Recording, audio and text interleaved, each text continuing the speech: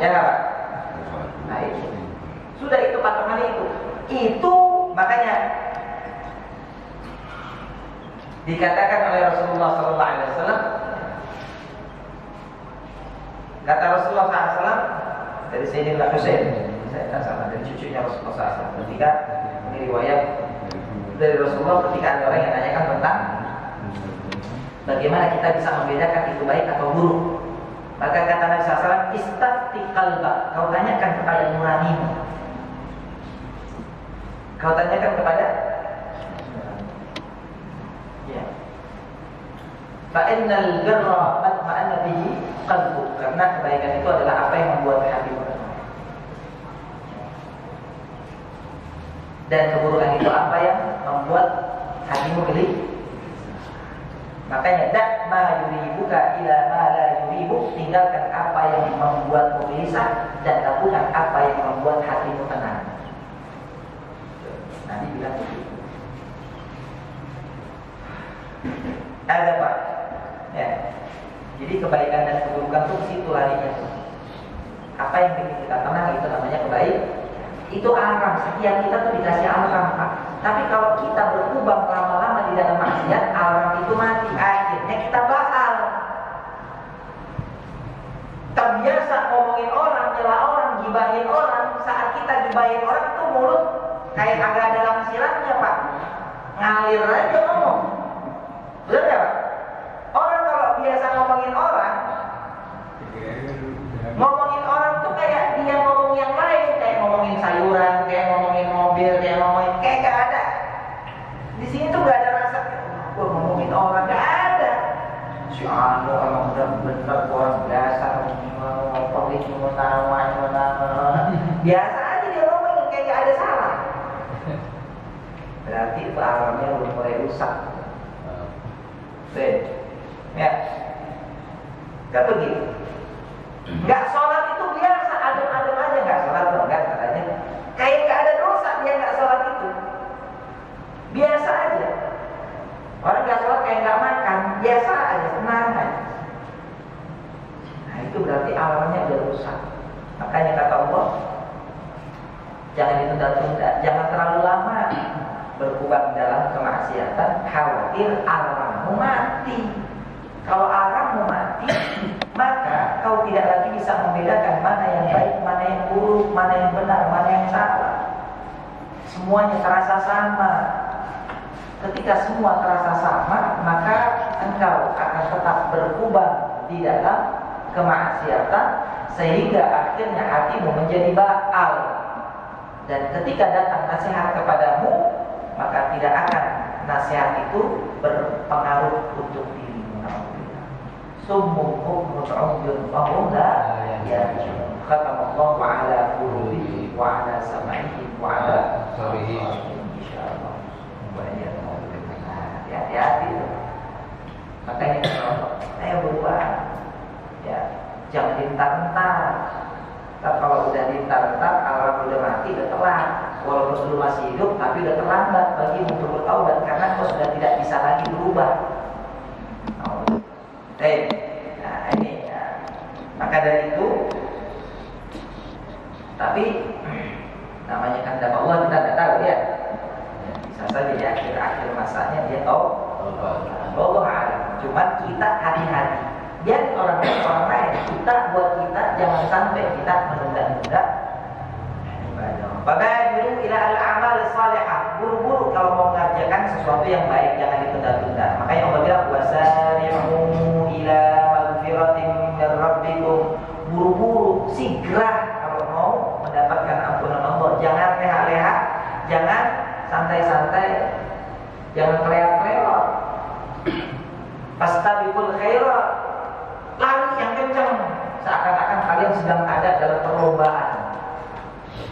Buru, jangan ketinggalan, kan begitu Pak. Fattaubatu laysat lil ladzina ya'maluna sayyi'at. Kata Allah dalam Al-Qur'an, wa laysat at-taubatu lil ladzina ya'maluna sayyi'at hatta idza hadara ahaduhumul maut qala inni tubtu al-an. Taubat itu tidak akan diterima dari orang-orang yang mereka melakukan dosa dan maksiat hingga sampai mereka itu di masa sakratul maut, ya. Kemudian baru dia ngomong, saya taubat sekarang. Apa?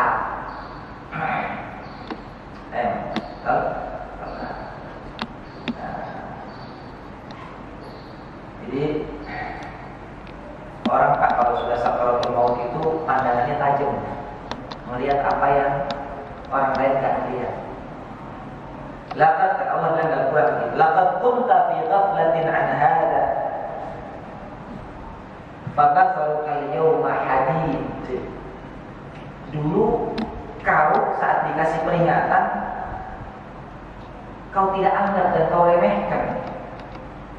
Seakan-akan apa yang diberikan kepadamu dari peringatan-peringatan itu kau anggap dongeng, mengada-ngada. Nanti ada malaikat mau nanti begini, masih itu kayak gitu tuh masih percaya aja.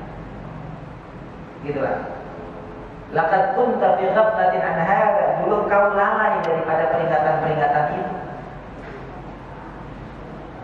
Fabasul kal yauma hadid, sekarang saat engkau dalam sakratul maut, maka matamu saat ini kami buka dan kami buat tajam sehingga bisa melihat menembus dimensi yang sebelumnya kau tidak lihat.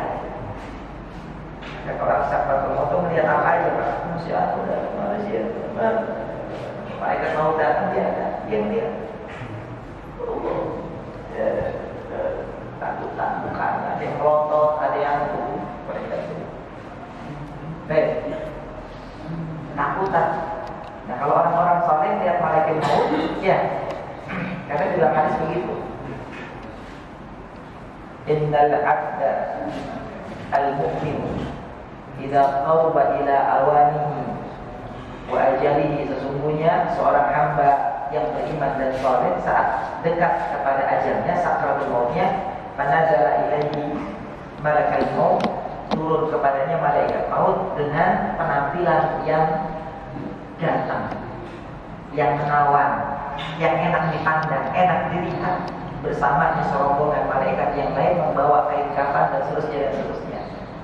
Duduk di samping kepalanya, kemudian disampaikan kepada yang hendak meninggal, ya ayyatuhan nafsul mutmainnah, irji'i ila rabbik, ayo kita pulang.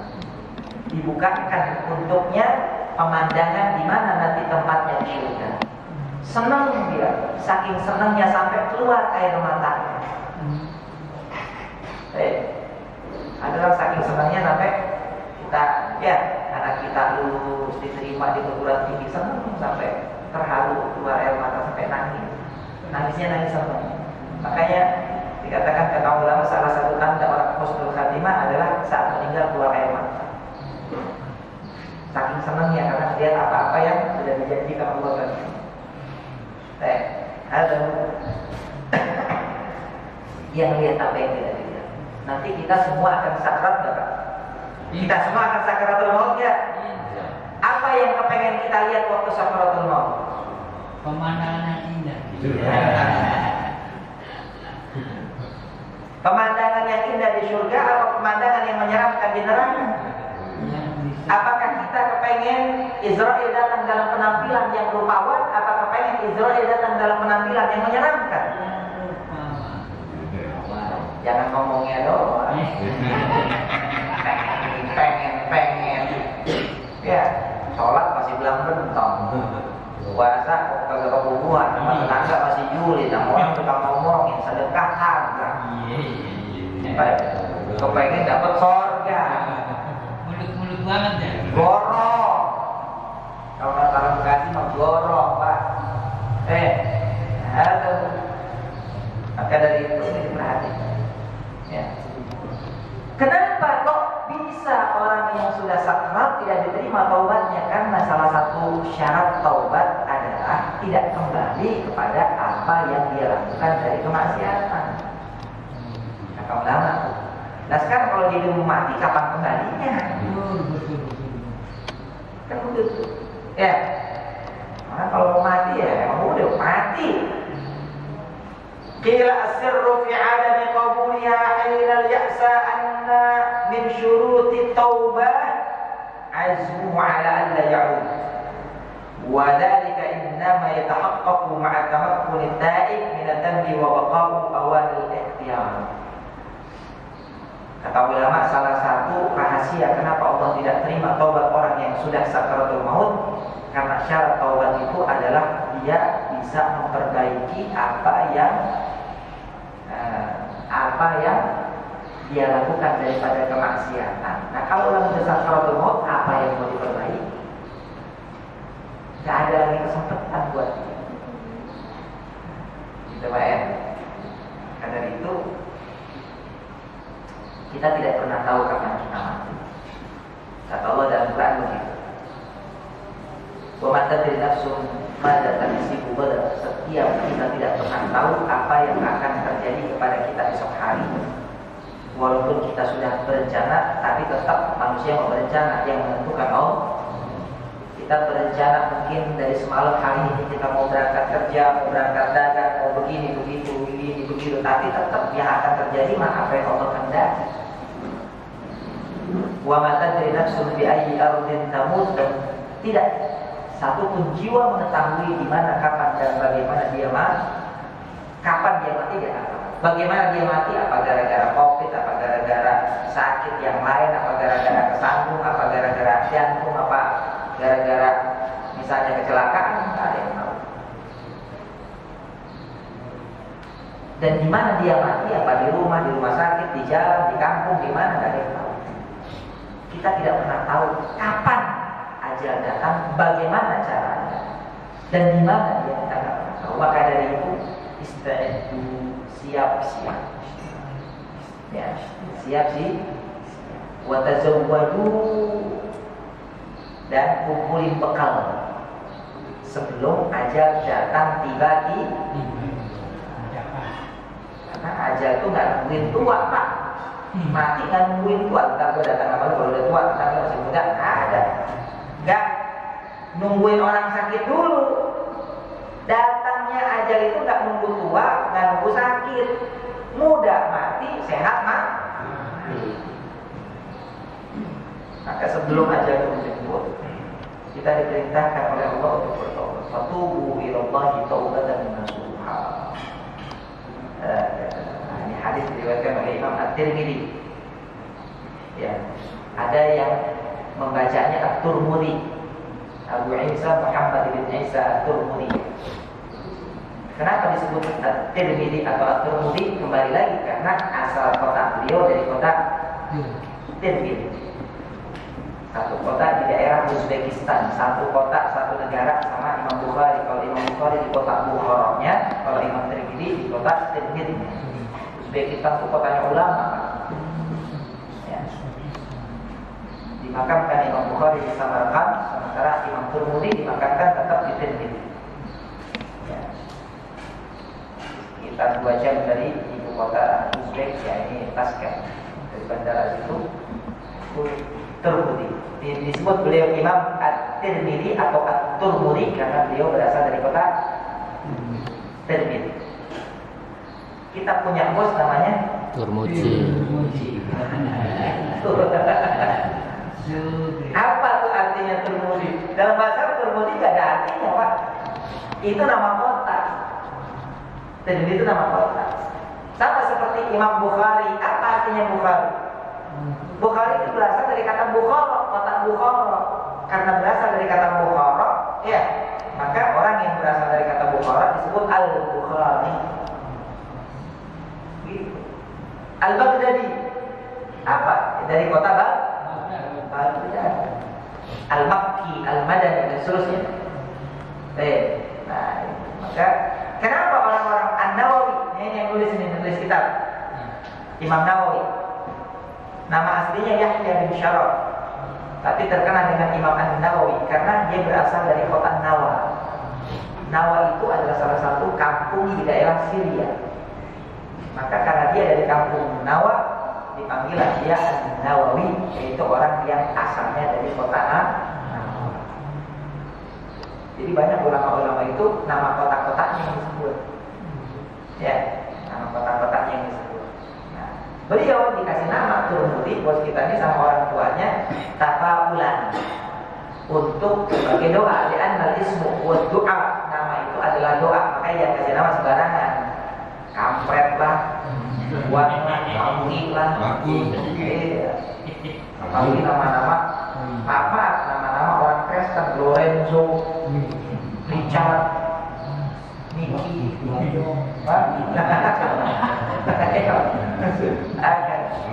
ya. Kata Nabi, ahsinu asma'akum fa innakum tuta'una yawmal qiyamati bi asma'ikum wa asma'i abikum. Perbaiki nama-nama kalian, kata Nabi. Kalau kasih nama yang bagus-bagus, yang cakep-cakep. Karena kalian nanti akan dipanggil hari kiamat di hadapan seluruh makhluk dengan nama kalian dan nama bapak kalian. Ya fulan ibn fulan. Panggil satu-satu. Ya kampret bin pengki. Kan gak enak itu. Tapi orang dulu Pak, ya ada dokter gitu. Di kampung saya kampret pengki, sebetulnya itu nama, bukan nama asli itu. Kadang-kadang, ya. Kadang-kadang itu nama-nama sebenarnya nama-nama panggilan. Kadang namanya bagus, Abdurrahman.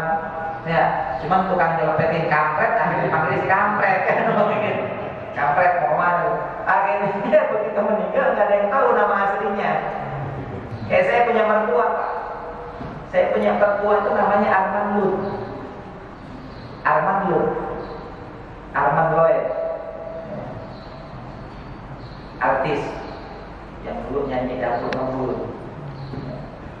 Itu kamu kadang ada namanya Pak Arman, Aryo Group. Nah itu mertua saya. Aryo itu nama grupnya, Arman Yoyo, disingkat Aryo. Namanya yang satu namanya Arman, yang satu namanya Yoyo, digabung jadi Aryo. Nama mertua saya Arman dulu. Dia orang Arab Pak, turunan Yaman, Hadramut. Nama kerennya Arman, nama aslinya Abdurrahman. Jadi Arman Lut, kalau dibalik Dul Rahman, makanya dia artis emang begitu. Suka dibolak-balik namanya. Tapi nama aslinya Abdurrahman. Kadang-kadang kita suka begitu. Makanya begitu beliau meninggal, di nisannya saya tulisnya Abdurrahman, nama aslinya. Nah ini kita harus tahu nama kaum kita, buyut kita, nama aslinya siapa. Kan gitu. Ya kadang-kadang dipanggilnya kampret, dipanggilnya PA, panggilnya ya micin, panggilnya ya pengki, macam-macam. Padahal itu kadang-kadang itu nama panggilan, nama aslinya bukan itu. Nah ini ada Imam Tirmidzi. Imam Tirmidzi ini adalah penulis kitab Al-Jami' As-Sahih, kitab Tirmidzi. Ya, salah satu penulis kitab hadis. Kitab hadis itu banyak. Yang menjadi kitab induk itu ada 6, ada yang bilang 9. Kutubus Sittah, yang 6 itu yaitu Bukhari, Muslim, Abu Dawud, Nasa'i, Ibnu Majah, dan Tirmidzi. Kitab 6. Ada yang kitab 9 ditambahkan di situ Ahmad bin Hanbal, Muwatta Malik, ya. Kemudian juga ada lagi yang menambahkan dengan Tabrani, dengan Daruqutni. Kitab itu banyak. Ibnu Abi Syaibah, Ibnu Khuzaimah, Hilyatul Awliya, dan seterusnya. Nah, kitab Tirmidzi ini, yang menulis kitab At-Tirmidzi, Imam Tirmidzi bilang, wa alzamtu an la udkhila fihi illa sahihan, dan saya merangkum dan menulis di dalam kitab hadis saya yang saya anggap sahih. Tetapi hadis ini dikatakan ada hadisun hasanun, ini hadis hasan. Istilah hasan ini biasanya ya hanya ada di dalam kitab Tirmidzi. Dalam Bukhari Muslim tidak ada hadis hasan. Semuanya sahih. Dalam yang lain kalau enggak sahih, dhaif, sahih, dhaif, sahih, dhaif. Istilah hasan ini baru dikenal oleh Imam Tirmidzi, digaungkan oleh Imam Tirmidzi.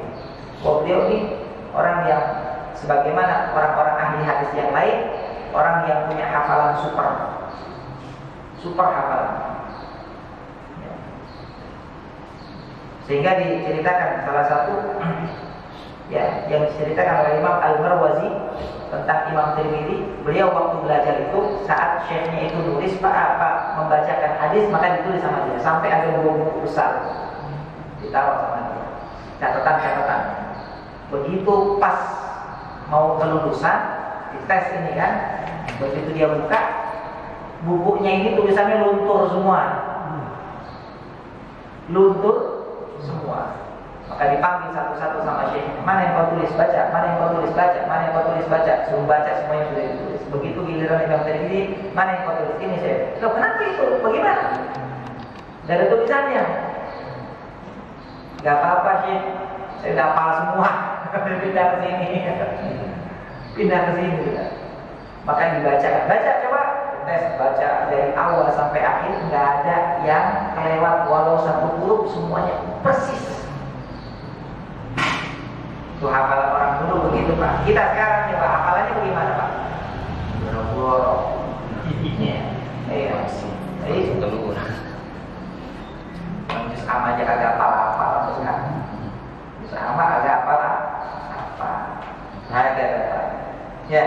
Nah, ini adalah merupakan hadis yang memberitahukan kepada kita bahwasanya Allah Subhanahu wa taala masih menerima taubat seseorang selama belum terlambat. Ternyata ada kata terlambat untuk bertobat. Bukan tidak ada. Ada kata terlambat untuk taubat. Kapan itu? Saat dia sampai dalam keadaan sakaratul maut. Dalam hadis yang sebelumnya kita juga sudah baca bahwasanya man taba qabla an tatlu'a asy-syamsu min maghribiha taballahu alaihi. Barang siapa yang bertaubat sebelum terbit matahari dari barat, maka Allah terima taubatnya. Tapi kalau sudah matahari terbit dari barat, maka sudah terlambat. Kalau udah niat gimana? Kalau udah niat taubat itu gimana taubat? Ya, niat dulu ternyata. maka harus tasdiqun niat. Niat itu harus ada tasdiq. Harus ada pembuktian. Karena nanti kita ketemu sama hadis yang lain. Hadis yang menceritakan, kita baca ya hadisnya. Wa an Abi Sa'id bin Malik bin Sinan, hadis cerita sering kita dengar. Dari Abu Sa'id Al-Khudri radhiyallahu ta'ala bahwasanya Nabi SAW pernah Nabi cerita. Kata Nabi, kana fi man kana qablakum rajulun qatala 99 nafsan. Dulu kata Nabi. Ini cerita. Nah, ini ternyata cerita ini ada hadisnya. Ada hadisnya.